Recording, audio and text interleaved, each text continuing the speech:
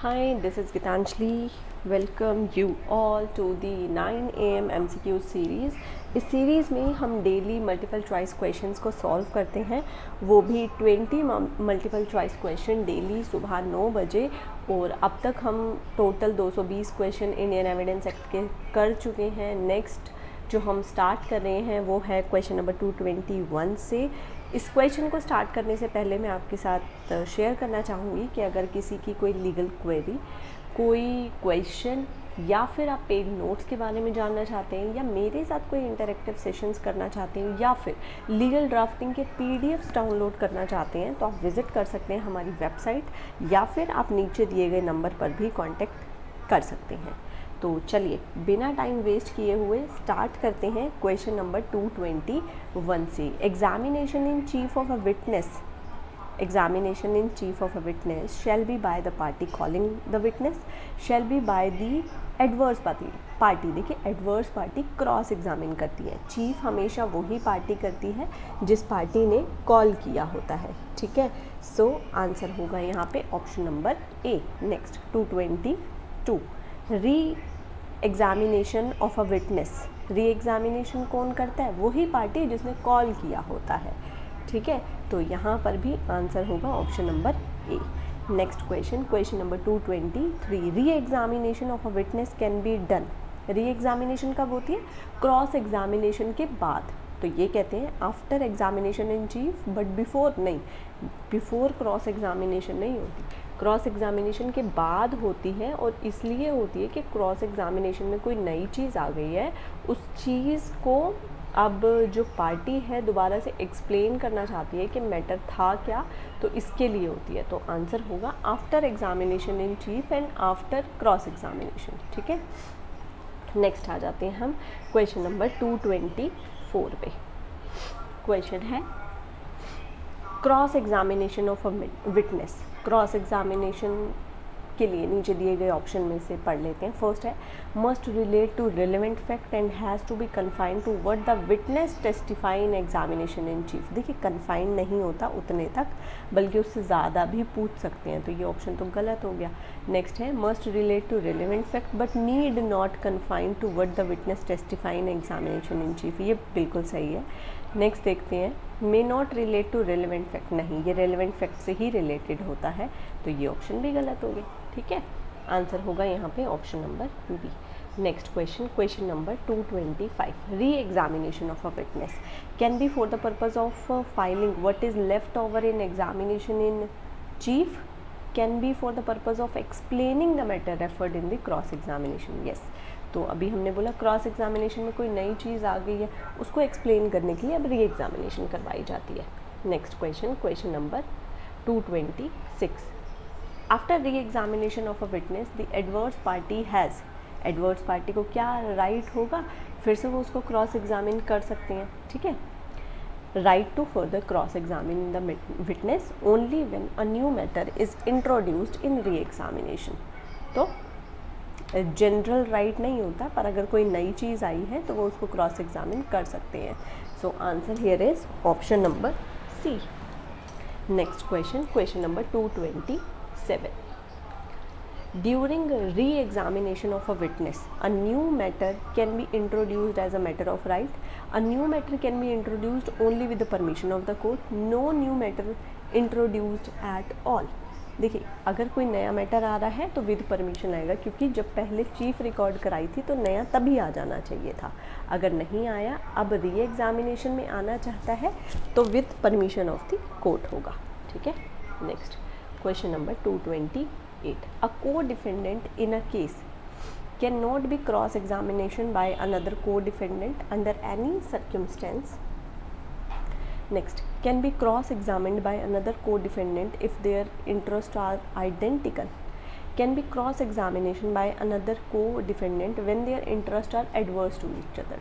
Yes, तो option होगा यहाँ पे ऑप्शन नंबर सी। अगर दोनों का इंटरेस्ट एक दूसरे के अपोजिट है ना, तो वो उसको क्रॉस एग्जामिन कर सकते हैं। ठीक है, नेक्स्ट आ जाते हैं हम क्वेश्चन नंबर 229 पे। ठीक है, लीडिंग क्वेश्चन, कब लीडिंग क्वेश्चन पूछे जाते हैं, बार बार आता है ये क्वेश्चन क्रॉस एग्जामिनेशन में, ठीक है। Next question, question number 230 question है,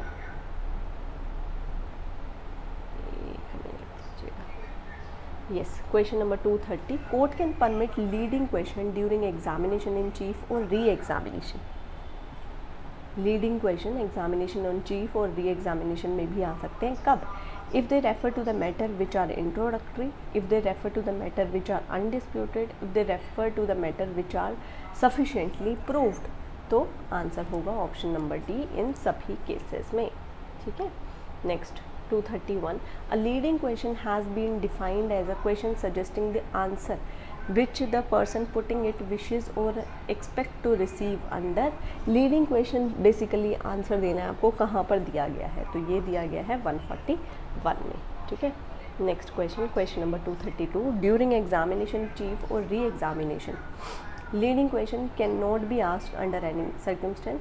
leading question on certain matter can be asked without the permission of the court. Leading question on certain matter can be asked only with the permission of the court.